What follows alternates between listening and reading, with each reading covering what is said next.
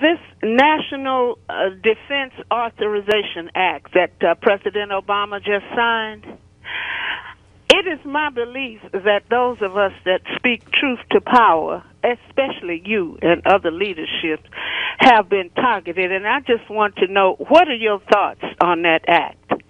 Thank you, Zakia. I'll hang up and listen. Thank you. There is great fear in governance, not only in America but throughout the world, of the rising of the masses of the people.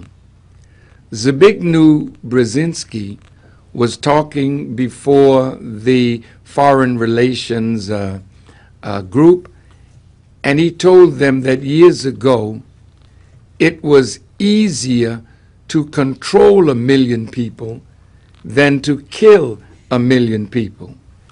He said, but today it is easier to kill 1 million people than to control them.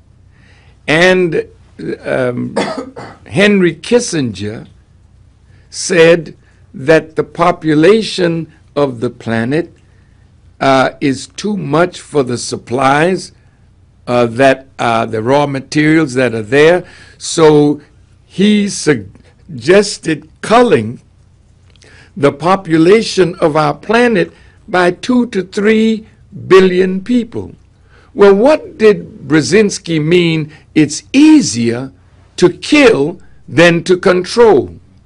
So you have an AIDS pandemic now throughout the Caribbean, in the inner cities of America, and in Africa, being carried by black women.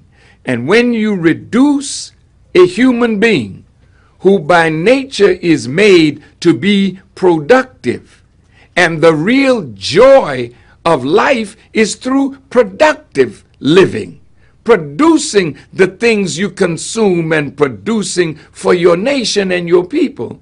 Well, when you take that joy away from us and our joy is found in our organs of sex, then you put the AIDS virus among us, and as much as we are pleasure seekers, we end up with AIDS, then diabetes, then high blood pressure. So that act signed into law by our president is an act that is destined to stop those of us who speak truth to power, as you have said, Sister Zakia, and it's aimed primarily at a man that they know they have not been able to control. So I warn the government. I mean, you can do what you want with me, but Farrakhan is going to be found being faithful to the truth that will free the minds of our people, and whatever the consequences are, I warn you, when you come after me, God will come surely after you. Stay with us. We'll take another call with the Honorable Minister Louis Farrakhan.